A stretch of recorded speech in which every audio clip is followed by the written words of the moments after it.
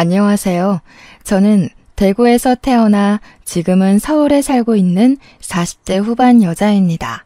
곧 50을 바라보고 있는 나이에 어릴 때부터 산전수전 다 겪었던 이야기를 추억 삼아 한번 풀어보려고 사연을 씁니다. 지금이야 평온하고 안정적인 일상을 아무렇지 않게 받아들이며 살고 있지만 제 어린 시절에는 이런 생활을 할 수 있을 거란 생각은 전혀 못했습니다. 너무나도 우울했고 힘들었고 그리고 도망치고 싶었던 제 이야기를 속 시원히 한번 털어보려고 합니다. 드라마보다 더 드라마 같은 제 이야기를 들어주세요. 제가 어릴 때, 그러니까 잘 기억도 나지 않는 어느 추운 겨울에 우리 엄마와 아빠는 이혼을 하게 되었습니다. 어른들의 사정이라 정확하게 무슨 일이 있었고 왜 따로 살아야 하는지 몰랐지만 자연스럽게 아빠가 집에 돌아오지 않아서 알게 되었습니다. 이제 나는 아빠가 없구나 하는 사실을요. 저는 엄마랑 함께 살았고 아주 어린 동생이 있었습니다. 우는 것, 웃는 것, 자는 것, 먹는 것밖에 할 줄 모르는 동생을 두고 아빠는 그렇게 호련히 우리의 곁을 떠나고 만 거죠. 엄마는 항상 아빠가 나쁜 놈이라고 했습니다. 저에게 세뇌를 시키듯 너희 아빠는 못된 사람이야. 우리를 버리고 간 사람이야. 파렴치한 인간이야 라고 반복해서 말했습니다. 엄마는 아빠가 우리를 버리고 간 거라고 사업한다고 돈이란 돈은 다 말아먹고 나간 놈이라고 치를 떨었습니다. 분명 저에게는 자상한 아빠였음에도 불구하고 기억은 점점 흐려졌고 엄마의 말대로 제 기억 속 아빠는 나쁜 놈으로 자리 잡고 말았죠.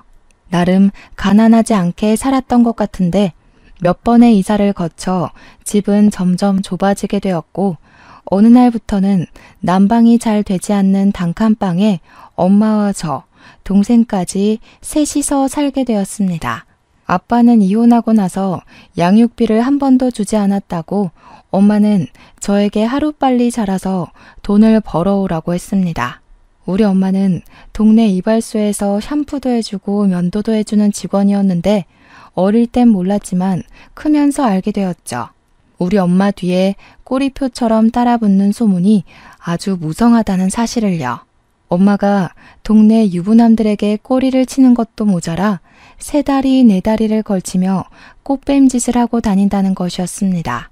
당연히 저는 학교에서 왕따를 당하게 되었습니다. 그 당시에는 왕따라는 게 정말 만연했고 지금처럼 공론화되기 어려웠기에 심하게 괴롭힘을 당했습니다. 특히 유독 심하게 저를 괴롭히던 애가 있었는데 그 아이의 이름은 아직도 기억에서 지워지지 않습니다. 김미나. 그 아이는 제가 자신보다 공부를 조금 더 잘한다는 이유에서 저를 괴롭혔습니다. 미나는 꽤 잘 사는 집안의 딸이었고 애초에 저 같은 환경에 놓인 애랑은 차원이 다른 아이였습니다. 비교를 할 수준도 아니었지만 그저 괴롭힐 아이가 필요하고 분풀이할 대상이 필요해서 저를 못살게 군 것이겠죠. 공부를 제가 조금 더 잘했다고 괴롭혔지만 사실 제 성적이 그렇게 좋은 편은 아니었거든요. 저는 집에서나 학교에서나 어딜 가도 치이는 그런 동네북이었던 겁니다. 책상에 죽어라 나가라 하는 낙서는 물론이고 교과서를 물에 적셔 놓는다거나 찢어 놓는 건 아주 기본이었습니다. 서랍에 몰래 압정을 넣어둔다거나 실핀을 넣어두어 손을 다치게 한 경우도 있었습니다. 물벼락을 맞는 건 아주 일상이었기에 항상 체육복을 뒤집어 쓰고 수업을 받아야만 했습니다. 그냥 물이면 다행이었지만 걸레를 빤 물인 날에는 최악이었죠. 체육 시간에 피구라도 하면 모조리 다 저에게 공을 던져댔습니다. 학급에서 인기 있고 영향력 있는 김미나가 저를 괴롭히니 나머지 아이들도 자연스럽게 저를 무시하고 괴롭히기 시작했습니다. 방관하는 친구들은 그나마 고마울 지경이었습니다. 쉬는 시간이면 저에게 너네 엄마가 꽃뱀이라며 환양년이라던데 남자 없으면 죽는 년이래 하면서 모욕을 주었고요. 그 와중에도 깔깔 웃으면서 너도 똑같은 팔자 아냐? 엄마 팔자 닮는다던데 하면서 학급 아이들은 저를 놀렸습니다. 정말 학교 생활이 죽는 것보다 더 싫었습니다. 왜 가만히 있었냐고요? 가만히 있지 않았습니다. 처음에는 나한테 왜 그러냐고 화도 내보고 이러지 말라고 애원도 해봤습니다. 그런데 제가 반응을 하면 할수록 아이들의 장난의 강도는 높아지기 시작했고 나중에는 몸에 상처가 생길 지경이었습니다. 처음 상처가 생긴 날 저는 참지 못하고 담임 선생님을 찾아가 일렀습니다. 우리 반 아이들이 저를 작당하고 괴롭혀요. 상처가 났어요. 너무 힘들어요 하고 울면서 이야기를 했죠. 하지만 담임 선생님도 김미나의 편이었습니다. 그 아이의 부모가 사업을 하고 있었고 담임 선생님이 30대 아들의 취업을 도와줬다고 하더라고요. 한마디로 뒷돈도 받고 취업 비리까지 묶여 있으니 제 편을 들어줄 수 없었던 거죠. 저에게 넌지시 너도 뭔가 잘못한 게 있지 않겠니? 그 아이들이 너한테만 그러는 이유가 있겠지라고 말했을 때는 정말 제 가슴에 커다란 구멍이 생기는 것 같은 기분이었습니다. 제가 학교 앞 골목에서 선생님한테 일렀다는 이유로 아이들에게 얻어맞은 적이 있었습니다. 그날은 꽤 많은 아이들이 저를 괴롭혔고 결국 지나가던 행인의 신고로 죄다 경찰서에 잡혀간 일이 있었죠. 분주한 경찰에서 죄인처럼 고개를 숙이고 있었던 건 저 하나였습니다. 가해자들은 오히려 뻔뻔했고 피해자인 저는 그들과 눈도 마주치지 못했습니다. 간간히 형사들의 열이 뻗친다는 큰 소리가 오고 가고 했지만 결국 제 눈앞에 드리워진 합의서와 돈봉투는 모든 것을 포기하게 만들었습니다. 가해자들의 부모가 저를 멸시 어린 눈으로 바라보며 합의서에 도장만 찍으라고 종용했습니다. 아무리 그래도 이렇게 얻어맞았는데 우리 엄마는 내 편이겠지 했지만 엄마는 그 돈봉투에 눈이 돌아 바로 도장을 찍었습니다. 봉투 두툼한 거 봐라. 오늘은 고기 먹어도 되겠다 하면서 엄마는 선심 쓰듯 합의금으로 돼지 목살을 구워줬습니다. 저는 아직까지도 탐욕스러운 눈으로 다친 저를 살피기보다 돈을 먼저 보는 엄마를 잊을 수가 없네요. 저의 남동생도 마찬가지로 학교 생활이 고단할 것 같아서 마음이 좋지 않았습니다. 하지만 제 동생은 저와 다른 방향으로 엇나가기 시작했죠. 엄마를 욕하는 동급생을 때리고 양아치들이랑 어울려 다니면서 문제란 문제를 다 일으키고 다니고 있었어요. 제가 피해자의 입장으로 경찰서를 갔다면 동생은 가해자의 입장으로 경찰서를 들락거렸죠. 엄마는 동생 대신 사죄를 하고 다니면서 저에게 책임을 전가했습니다. 도대체 넌 어디서 뭘 하고 지내길래 동생이 저렇게 엇나가는데 신경을 한번 안 쓰냐고요. 저는 이런 집안이 너무나도 지긋지긋했고 도망치고 싶었습니다. 동생은 결국 고등학교를 자퇴하고 허구한 날 동네 양아치짓 하고 다니다가 소년원에도 몇 번 가게 되었고요. 엄마는 동생이 소년원에 가고 집에 들어오지 않자 저를 버려둔 자식 취급하며 이 남자 저 남자 만나러 다니기 바빴습니다. 소문처럼 우리 엄마는 남자 없이는 못 사는 사람이었거든요. 저는 고등학교를 졸업하자마자 자의반 타의반으로 공장에 취직을 하게 되었습니다. 노예처럼 일만 하고 번 돈은 고스란히 엄마한테 다 빼앗기고 그게 당연한 줄 알면서 무기력하게 자랐습니다. 그 와중에 동생은 폭행 사건에 휘말리게 되어 합의금을 달라고 저에게 윽박을 질렀습니다. 피해자로 살아온 시간이 길었기에 누군가의 윽박은 정말 견디기 힘든 트라우마였습니다. 저는 결국 대출을 받아서 돈을 내놓으라는 동생을 이길 수 없었죠. 이번에 합의 못하면 감방에 들어가게 생겼다면서 대출을 받아오라고 물컵을 던지고 난리를 쳤거든요. 이제는 소년원이 아닌 교도소에 들어가게 됐다는 겁니다. 딱 한 번이면 된다고 엄마도 저한테 네 동생 깜빵 가면 이번에는 5년을 살아야 한대 하는데 결국 대출을 받고 말았습니다. 눈덩이처럼 불어나는 이자에 통장 잔고는 5만 원도 채 남지 않은 걸 보고 이렇게 살면 안 되겠다는 생각이 들기 시작했습니다. 그래서 저는 아주 오래전에 찾아갔던 친할머니의 집을 기억을 더듬고 더듬어 찾아가게 되었습니다. 세월이 많이 흘러서 이사를 갔을 수도 있었지만 지푸라기 잡는 심정으로 찾아갔습니다. 골목골목 헤매다가 근처 슈퍼 아줌마의 도움으로 친할머니 댁을 찾을 수 있었습니다. 부산 송정 쪽이었는데 다행히 그 자리 그대로 살고 계셨더라고요. 용기를 내어 초인종을 누르고 제 이름 석자를 이야기하니 할머니가 버선발로 뛰어나오셨습니다. 제 얼굴을 이리저리 살피시며 아가 여기를 어찌 찾아왔노 하시면서 제 몸을 쓸고 비비고 하시는데 얼마나 놀랐는지 몰라요. 왜냐하면 엄마는 늘 아빠와 친가는 우리 모두를 버린 거라고 싫어한다고 했으니까요. 자식 버리고 간 아빠는 양육비 한 번 안 준 못된 인간이라고 파렴치한 인간이라고 했거든요. 애 둘 키우는데 돈이 얼마나 많이 드는지 아냐고 하루빨리 돈 벌어서 시키기 바빴고요. 어항이 벙벙한 와중에 일단 집에 들어오라며 엄마는 어쩌고 왔냐고 묻는 할머니 말에 정신이 번쩍 들었습니다. 저는 있는 그대로 제가 살아온 나날에 있어 거짓 한 점 없이 할머니에게 이야기를 했죠. 공장에서 일을 하면서 생활비를 벌어오고 있는 것. 엄마는 나를 돈 벌어오는 기계 그 이상도 이하도 생각하지 않는다고요. 동생은 소년원에 들락날락하고 집에도 잘 들어오지 않아서 어디서 뭐하고 사는지 모른다는 것까지요. 사는 게 버거워서 죽기 직전에 용기 한 번 내서 찾아오는 거라고 말했습니다. 그러니 할머니가 제 손을 잡고 막 엉엉 우시는 게 아니겠어요. 아빠한테 연락을 넣어놨으니 저녁에는 도착할 거라고 하는데 아빠가 왜 날 보러 온다는 거지? 하는 생각이 들었죠. 아빠는 저 안 보고 싶어 하잖아요. 양육비도 한 푼 안 줬다면서요. 하니까 할머니가 화들짝 놀라시더라고요. 어디서 그런 오해를 하고 찾아온 거냐고. 이혼할 당시에 할머니랑 아빠가 대출까지 받아서 양육비를 한 번에 지급하고 왔다는 겁니다. 저만큼은 아빠가 키우겠다고 박박 우겼는데 엄마가 죽어도 안 된다고 해서 데리고 간 거라고요. 저는 울면서 말했죠. 그런 사람이 왜 한 번을 찾아오지 않았냐고요.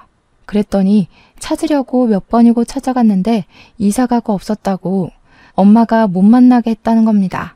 우리가 보고 싶어 하지 않는다고 했다면서 아빠 필요 없다고 하지 않았냐고 하시는데 딱 봐도 오해가 너무나도 많이 쌓여있더라고요.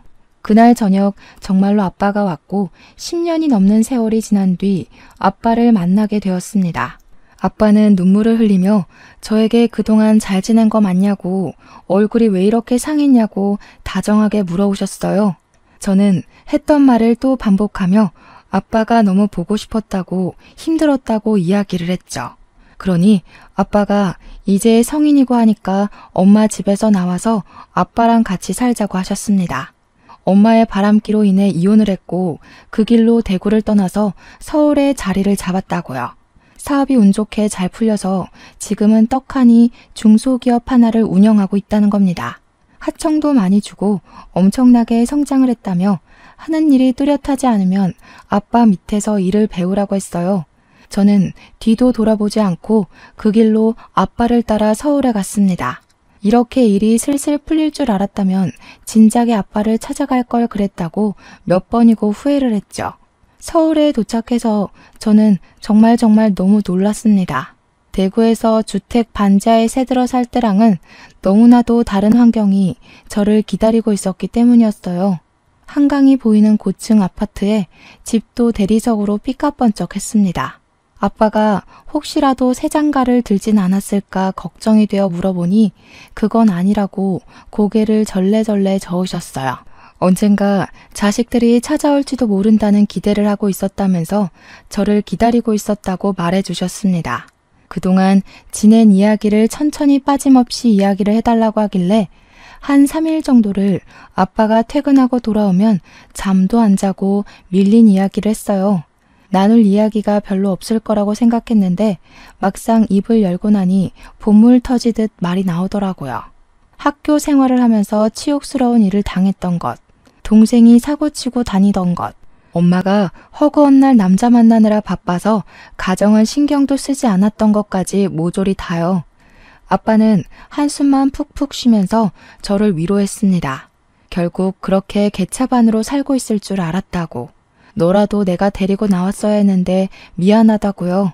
아빠한테 혹시 동생도 기다리고 있었냐고 동생은 지금 어디서 뭘 하는지 모르겠다고 하니까 그저 씁쓸하게 웃으셨어요. 왠지 더 물어보면 안 될 것 같은 초연한 분위기가 흘러 더 이상 동생 이야기는 하지 않았습니다. 아빠는 저에게 지금이라도 하고 싶은 것이 있냐고 물었습니다. 며칠 고민을 해봐도 딱히 뭘 해야 할지 모르겠어서 솔직하게 이야기를 하니 아빠가 대학을 가보는 게 어떻겠냐고 물어보았습니다. 대학이라니 너무나도 높은 문턱인 것 같아서 처음에는 아니라고 고개를 저었지만 며칠이 지나니 궁금하더라고요. 대학에 가면 다들 어떤 생활을 할까? 정말 TV, 영화에서 보는 것처럼 그런 느낌일까? 하는 궁금증이요. 저는 결국 재수학원을 등록하게 되었고 수능을 준비하게 되었습니다. 몇 년 동안 공부를 하지 않았으니 머리가 잔뜩 굳은 느낌이었지만 열심히 하니까 또 들어오긴 하더라고요. 수능이 몇 개월 남지 않은 시점이었기에 다음 수능을 준비하기로 하고 정말 남들보다 몇 배로 노력을 했습니다. 코피를 쏟아가며 공부한다는 게 이런 심정인지 몰랐는데 제 코에서 코피가 나니까 신기하더라고요. 책이 시커멓게 변할 때까지 밑줄을 치며 머릿속에 입력을 하려고 무던히 애를 썼습니다. 그렇게 1년 5개월 동안 열심히 공부를 한 결과 저는 서울에 있는 4년제 경영학과에 입학할 수 있게 되었습니다. 아빠가 저에게 회사에 들어와서 같이 일하면 참 좋겠다고 몇 번이고 이야기를 하셨기에 그 뜻을 함께 하고 싶은 마음에서였죠. 늦가기 신입생이 되어 열심히 대학에 다니는 동안 엄마랑은 단 한 번도 허락을 주고받지 않았습니다. 처음에 서울에 올라오기 전 미처 공장에 이야기하지 않았던 게 기억이 나서 딱 한 번 대구에 내려갔었거든요. 그런데 공장에서 일하던 직원들이 저보고 대체 어디에 있었냐고 엄마가 공장을 이잡듯이 뒤졌었다고 말하더군요. 엄마는 멀쩡한 얘가 갑자기 공장 일은 왜 그만두었냐며 애꿎은 공장에서 난동을 부리고 갔다고 했습니다. 저는 자세한 이야기는 하지 않고 엄마가 또 찾아오면 제가 왔었다는 이야기는 하지 말아달라고 부탁드렸습니다. 공장 직원들도 어린 나이에 제가 고생하고 있는 속사정을 대충 알고 계셨기에 알겠다고 하셨죠. 도망가고 싶다고 몇 번이나 말을 했었으니까요. 저는 사직서를 낸 동시에 휴대폰도 없애버렸어요. 아빠 집으로 전입신고도 하지 않았죠. 혹시라도 엄마가 그 집 주소로 찾아올까 봐요. 그렇게 평온하게 서울에서 생활을 이어가고 있었어요. 과거는 점점 흐려지고 있던 어느 날, 저에게도 따뜻한 봄날이 찾아오게 되었습니다. 우연히 교수님을 만나러 온 저보다 3살 많은 선배가 저를 보고 첫눈에 반했다면서 조교한테 이야기를 했다는 거예요.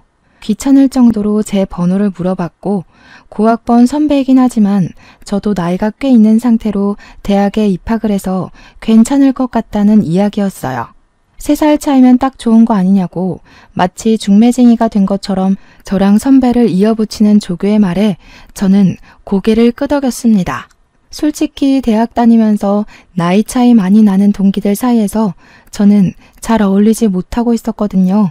학교 CC가 생겼다더라, 어느 과 누구랑 쟤랑 사귄다더라 이야기를 들을 때만 해도 캠퍼스 커플은 저와 거리가 먼 이야기로 느껴졌고요. 그런 저를 관심 있어 하는 남자가 생겼다고 하니까 괜히 마음이 몽글몽글해지더라고요. 그 선배는 벌써 29살이었고 대기업에 취업까지 마친 사람이었고요. 대학생 신분인 제가 너무 없어 보이긴 했지만 저한테 계속 만나보자 하기에 마음이 동했죠. 처음에는 부담스러웠지만 저한테 들이댄 선배가 사실 우리 학교 전설이나 다름없는 사람이라고 조교가 말해준 뒤로는 마음이 동했습니다. 맨날 과 수석 자리를 놓치지 않았고 집안도 꽤 괜찮은 집안이고 생긴 것도 멀끔해서 여자들한테 인기가 좋았다고요. 번호 교환은 했지만 사석에서는 따로 만난 적 없는 상태였는데 교수님을 만나러 온 선배와 2번 정도 같이 밥을 먹게 됐어요. 오래 기다렸다면서 굳이 학교까지 시간 내서 찾아온 이유는 저 하나였다고 하더라고요. 교수님 만나러 왔다는 것도 다 거짓말이었다고 자기랑 연애하자고 하는데 저도 활짝 웃었어요. 연애를 하면서부터는 세상이 달리 보이더라고요. 이 좋은 걸 왜 이제야 시작했지 하는 생각도 들었고요. 선배가 저를 애지중지하는 것도 너무나도 좋았습니다.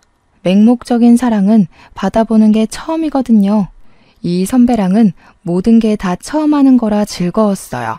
과수석답게 모든 시험의 족보를 다 가지고 있어서 덕분에 제 성적을 유지하는 데도 도움이 많이 되었죠. 몰랐는데 그 족보를 가지는 게 무척이나 어려운 일이었대요. 돈 주고 사겠다는 애들이 있을 정도로 귀한 것이었다는데 저는 원하는 만큼 받아볼 수 있었죠. 성적도 우수하게 졸업을 할 수 있었고 아빠의 바람대로 저는 아빠 회사에 취직을 하게 되었습니다.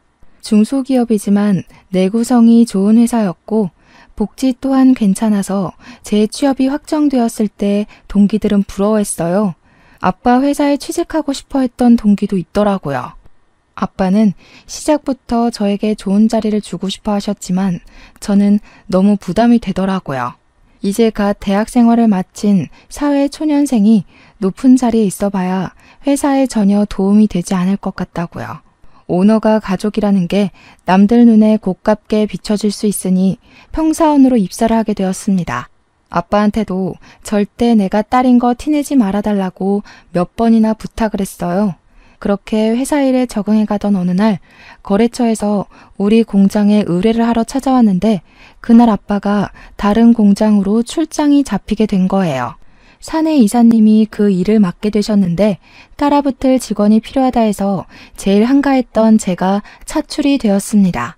공장에 수주를 맡기러 온 우리보다 더 작은 회사 직원들이 이사님과 함께 동행해서 이것저것 살펴보고 있었어요. 저는 이사님 뒤를 쫓아다니며 필요한 서류를 챙겨드리고 그래프를 읽어드리고 있었습니다. 그런데 언뜻 마주치는 거래처 사람이 어디서 많이 본 것 같은 얼굴이었습니다. 누군지 기억은 나지 않는데 낯이 익은 사람이었어요. 누구지 하다가 이사님께 저분은 어디 거래처 분이시냐 하고 물어보니까 이사님이 조용히 말씀해 주셨어요. 우리 공장에서 하청을 주고 있는 업체인데 요즘 부실업체라고 말이 많아서 일을 더 맡길지 말아야 할지 고민 중인 A업체래요. 공장으로 찾아온 것도 우리가 거래를 끊을까봐 걱정돼서 찾아온 거라고 하더라고요.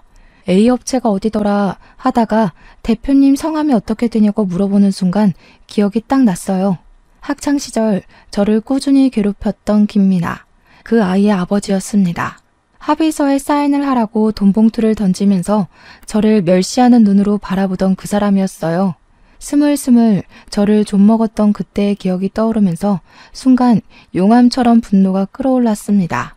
이런 자리에서 만나게 되다니 복수를 하고 싶다는 마음이 울컥 솟았죠. 그렇게 아무 일 없이 공장 시찰이 끝나고 저는 남자친구를 만나러 갔습니다. 그리고 그날 남자친구에게서 프로포즈를 받았습니다. 분노에 휩싸인 제 마음을 달래주듯 다정하고 부드럽게 저에게 결혼하자고 이야기를 하는데 지난 과거가 생각나면서 눈물이 났어요. 저는 당연히 좋다고 했지만 그 마음 한켠에는 복수하고 싶다는 마음이 자꾸 따리를 틀었죠.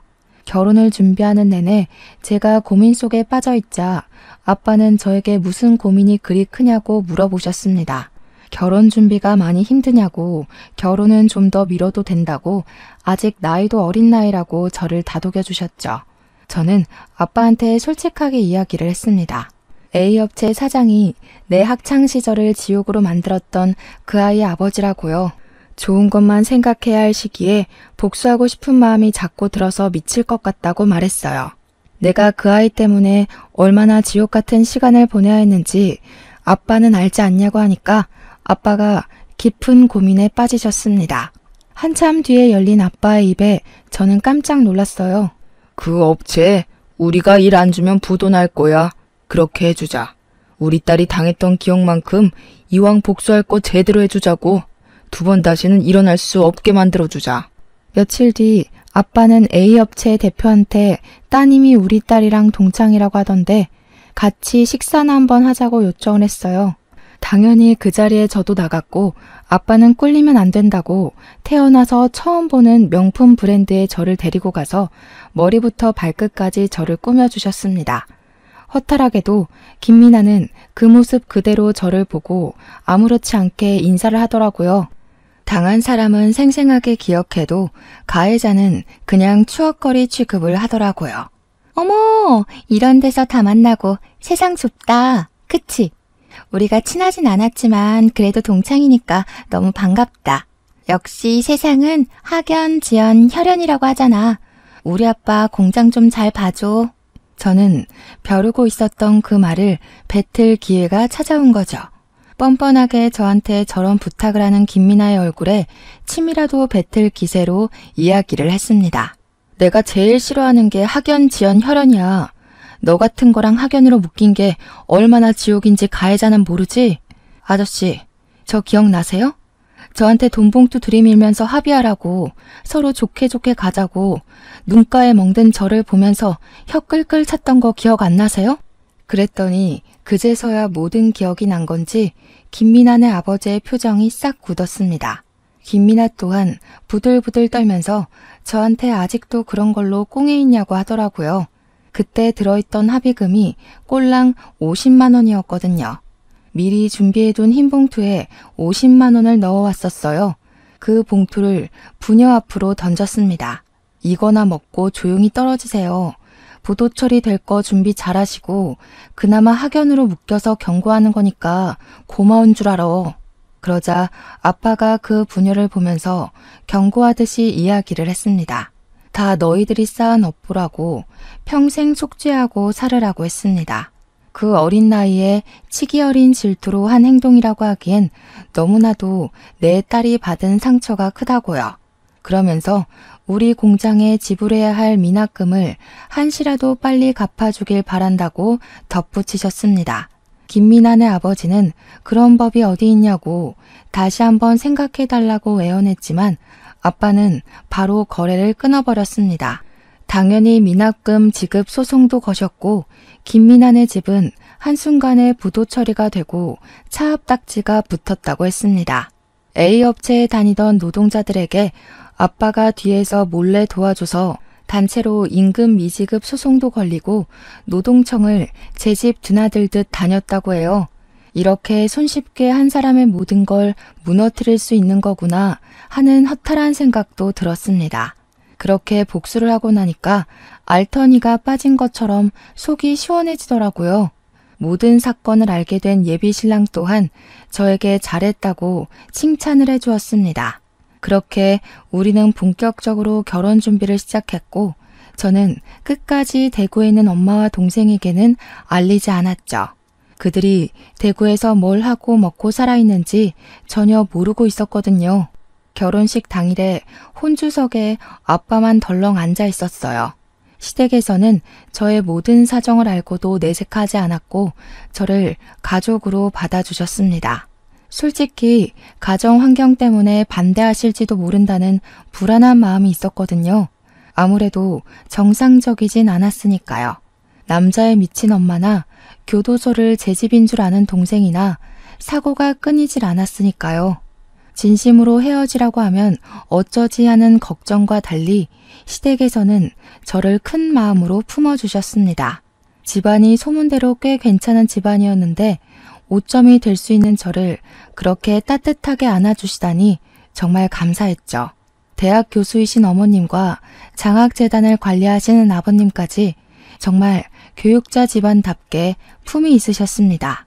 아빠의 손을 잡고 입장을 했고 아빠가 혼주석에 앉아있는 걸 보면서 눈물이 얼마나 흘렀는지 몰라요. 나에게도 내 가족, 내 가정이 생기는구나 싶어서요. 그렇게 많은 사람들의 축복 속에서 결혼식을 무사히 마치고 태어나서 처음으로 해외여행이라는 것을 가보게 되었습니다. 욕심이 잔뜩 나는 첫 해외여행이었기에 남들처럼 휴양지로 떠나지 않고 유럽 일주를 갔어요. 짧은 시간 동안 많은 나라를 둘러봐야 했기에 매일 밤마다 녹초가 되어 기절하듯 잠이 들었지만 행복했습니다. 너무나도 재미있던 신혼여행을 마치고 신혼집으로 입주를 했습니다. 그런데 제가 생각 없이 전입신고를 하면서 신혼집 주소로 옮기게 되었고 그게 큰 실수였다는 것을 나중에 깨달았죠. 한 2달쯤 지났을까 남편이랑 주말에 뭘 하지 하면서 고민을 하다가 아빠를 모시고 식사를 할까 했어요. 나가서 먹기에는 메뉴 정하기도 귀찮고 해서 집에서 대충 만들어 먹자고 아빠를 집으로 초대한 상태였죠. 남편이랑 간단하게 장을 봐서 집에서 요리를 하고 있는데 누가 초인종을 누르더라고요. 아빠인 줄 알고 아무 생각 없이 문을 열어주었는데 아빠를 찾아간 그날 이후로 한 번도 본 적 없었던 엄마랑 동생이 찾아왔더라고요. 제가 현관문을 열고 잔뜩 얼어있는 상태로 그들을 마주하고 있으니 남편이 장인어른 오셨어요? 하면서 나왔어요. 젊은 남자와 여자가 서 있는 걸 보고 제가 얼어붙은 걸 보고 남편이 눈치를 챈 거죠. 고얀 년, 우리 버리고 도망가서 잘 먹고 잘 살고 있었네. 결혼까지 했어? 엄마도 없이? 집도 으리으리하고 좋네. 돈을 좀 번 거야? 아니면 로또가 된 거야? 뭐야? 어디서 이런 집이 생겼어? 돈 좀 줘봐. 남편은 우리 엄마의 상스러운 언행에 제 눈치를 보면서 눈살을 찌푸리고 있었습니다. 저는 순간 몰려오는 수치심에 정신을 번뜩 차렸어요. 아빠가 오기 전에 이 모자를 쫓아내야 한다는 생각이 들어서 나가서 이야기를 하자고 했죠. 그러니까 동생이 저를 팍 밀치면서 신발을 벗고 집으로 들어오더라고요. 맛있는 냄새가 나는데 배고프니까 밥 좀 달라고 하면서 우리 남편한테 매형? 매형이라고 불러야 하나? 이러고 있더라고요. 그래, 우리 사위가 돈이 많은가? 우리 딸이 팔자가 기가 막히게 좋네. 어디서 이런 부잣집 아들내미를 물었어? 얘, 너는 부모 없이 결혼하면 시댁에 책 잡히는 거 몰라서 그런 짓을 해? 내가 부모가 없긴 왜 없어? 나 아빠 있어. 제가 아빠를 입에 올리자마자 엄마는 제 뺨을 사정없이 후려쳤습니다. 악소리를 내면서 벌겋게 부어오르는 뺨을 만지자 남편이 놀래서 저에게 달려왔어요. 이게 무슨 짓이냐고 당장 나가라고 소리치는 남편의 말은 들리지도 않는지 엄마는 저를 노려보고 있었습니다. 저도 지지 않고 같이 노려봤어요. 제 나이가 몇인데 엄마랑 헤어진 지가 몇 년인데 아직까지 그 어린아이로 보고 있는 건지 저는 더 이상 무서울 게 없었습니다. 저에게는 든든한 아빠도 우직한 남편도 함께 있었으니까요. 너 집 나가서 찾아간 게 네 아빠야? 그 사람이 어떤 파렴치한 인간인지 다 알면서 거길 찾아갔다고?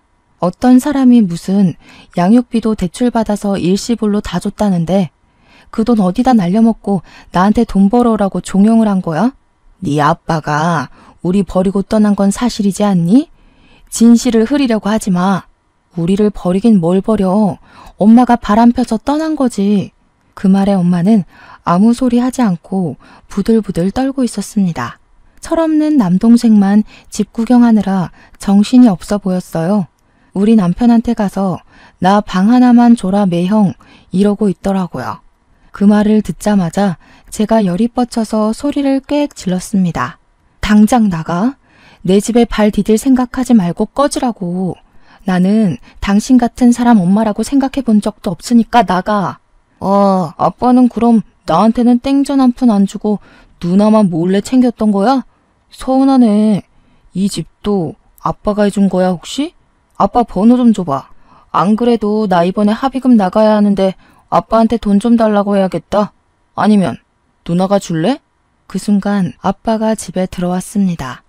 무슨 소란이 이렇게 크냐고 집에 들어왔다가 거실에 서 있는 엄마랑 동생을 보고 아빠의 표정이 딱딱하게 굳었습니다. 오랜 시간이 흘렀지만 한 번에 알아본 듯 했어요. 이 미친 여팬네가 여기가 어디라고 찾아와? 내가 내 딸 집 온다는데 당신이 뭔데 상관이야? 우와, 아빠야? 얼굴도 기억 안 나서 몰라볼 뻔했네. 아빠, 나 진짜 서운하다. 어떻게 누나만 쏠랑 챙길 수 있어? 만나자마자 이런 얘기해서 미안한데 나도 솔직히 자식인데 챙겨줄 수 있잖아. 혹시 5천만 원만 해줄 수 있어? 돈 해주면 나는 누나 안 찾아올게.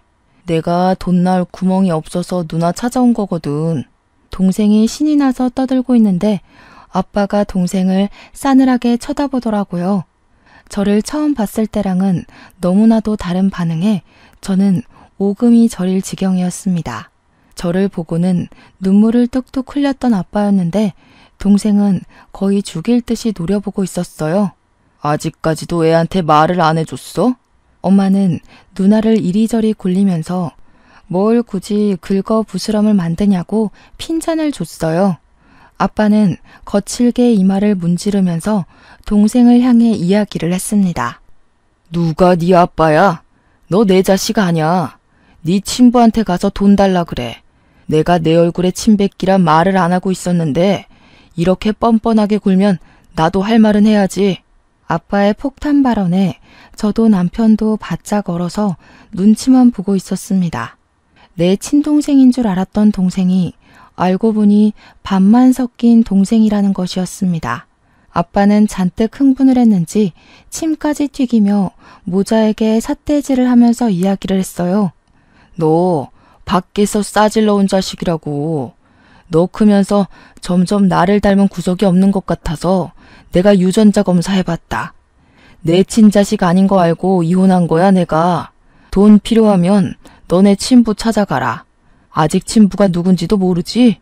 네 엄마가 일하던 이발소 사장이 너네 아빠다. 그 말에 저는 소리를 꽥 질렀습니다.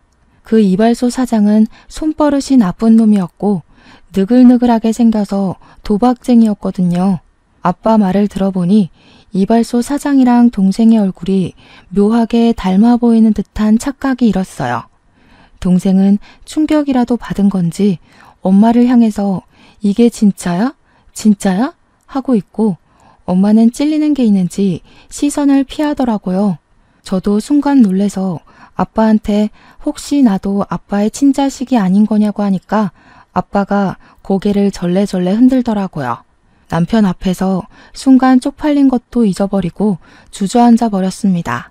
남편은 놀래서 저를 일으켜 주었고 아무런 걱정도 하지 말라면서 저를 토닥여 주었어요. 저는 정말 순식간에 일어난 출생의 비밀이 밝혀진 현장에서 정신이 쏙 빠졌죠. 내가 우리 딸만큼은 꼭 데려오고 싶었는데 그 시절 법이 참으로 고약했지.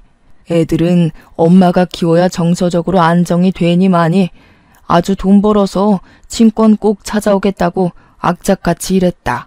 엄마, 진짜냐고. 내가 그 이발소 미친놈 자식이 맞냐고. 아빠가 말하는 거 다 구라지? 말 좀 해봐. 이발소 아저씨는 여전히 정신 나간 사람처럼 도박을 하고 술을 먹고 사고를 치고 다니는 것 같았습니다. 술 먹고 지나가는 사람들이랑 시비에 걸려서 경찰서를 자기 집처럼 들락날락하고 돈 노름하다가 빚도 진 거죠. 그 돈을 엄마가 그동안 갚아주면서 둘이 몰래 만나고 있었는데 그게 전부 까발려진 겁니다. 심지어 이발소 아저씨는 유부남이었거든요. 그러면 그 비가 어딜 가겠니? 뻔하지. 너도 그 미친놈 닮아서 맨날 경찰서 교도소 왔다 갔다 하는 거 아니니? 아씨, 그걸 왜 이제 말해, 쪽팔리게. 그리고 나랑 그 미친놈이랑 어디가 갔다는 거야? 아, 진짜. 둘이 갑자기 피 터지게 싸우기 시작하는데 그게 왜 내 아빠냐부터 시작해서 네 아빠 맞다고 소리를 지르고 난리더라고요. 남편이랑 저랑 아빠는 그 사이에 이성이 찾아왔고 남편은 재빨리 경찰에 신고를 했습니다. 저는 두 모자에게 내 집에서 나가달라고 2번 다신 찾아오지 말라고 필요하다면 접근 금지 신청을 하겠다고 했어요. 아빠는 그 사이에 아는 변호사를 호출했고 두 모자는 가족끼리 너무한 거 아니냐고 갑자기 같이 살아온 정이 있지 않냐며 매달렸죠. 결국 경찰이 왔고 주거 침입으로 죄를 묻게 되었습니다. 초범이고 가족이라는 말에 훈방 조치가 되긴 했지만요. 며칠 뒤에 변호사와 이야기를 했고 접근금지 신청을 할 수 있다는 긍정적인 답변을 받았습니다. 공장에 다니면서 몇 년 동안 벌었던 월급이 전부 엄마 통장으로 넘어간 내역도 있고 그날 주거 침입으로 훈방 조치된 기록도 있어서요. 접근금지 요청을 했고 제 주소를 열람할 수 없도록 뒤늦게 처리도 했습니다. 하지만 이미 한번 우리 집에 와봤다고 남동생이랑 엄마랑 둘 다 번갈아 가면서 기웃기웃하더라고요.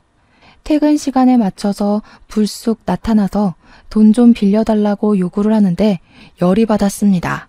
제가 두 모자에게 단단히 경고를 했어요. 내가 공장에서 벌어다 준 돈 전부 다 돌려주고 싶은 거 아니면 나타나지 말죠. 대출 받아서 너 합의금 물어준 거 지금이라도 이자 붙여서 갚을 거 아니면 얼굴 들이밀지 말고. 누나, 너무한 거 아니야? 동생이 지금 교도소 잡혀가게 생겼다니까. 이번에 가면 나 진짜 오래 있어야 된다고. 내가 제일 싫어하는 게 뭔지 알아? 학연, 지연, 혈연이야. 내가 죽고 싶을 때 너네가 나한테 돈 빨아먹는 거 말고 해준 게 뭐가 있는데? 양심이 조금이라도 남아있으면 내 앞에 두 번 다신 나타날 생각하지 마. 나 지금 누구 하나 인생 종치게 하는 거 어렵지 않거든? 제 살벌한 말에 엄마도 동생도 잔뜩 쫄아붙었습니다. 늘 말없이 고개를 숙이고 다니던 착한 딸이 표독스럽게 몰아붙이고 있었으니까요. 엄마 어린 시절에 나를 돈 벌어오는 기계로 취급했지 내 편 들어준 적 한 번도 없었잖아. 합의금 꼴랑 50만 원에 눈 돌아서 내 아픔 같은 거 봐준 적 없잖아. 양육비 받은 거 전부 탕진하고 나한테 돈 벌어오라고 한 거 기억 안 나? 그때 그 악몽들 내 노동력 보상하라고 안 할 테니까 그냥 내 눈앞에서 꺼져. 독한 년, 네가 그러고도 평생 행복할 줄 알아? 그러면서 엄마는 뒤를 돌았어요. 생각보다 쉽게 물러난 엄마한테 당황한 건 제가 아니라 동생이었습니다. 엄마, 어디가?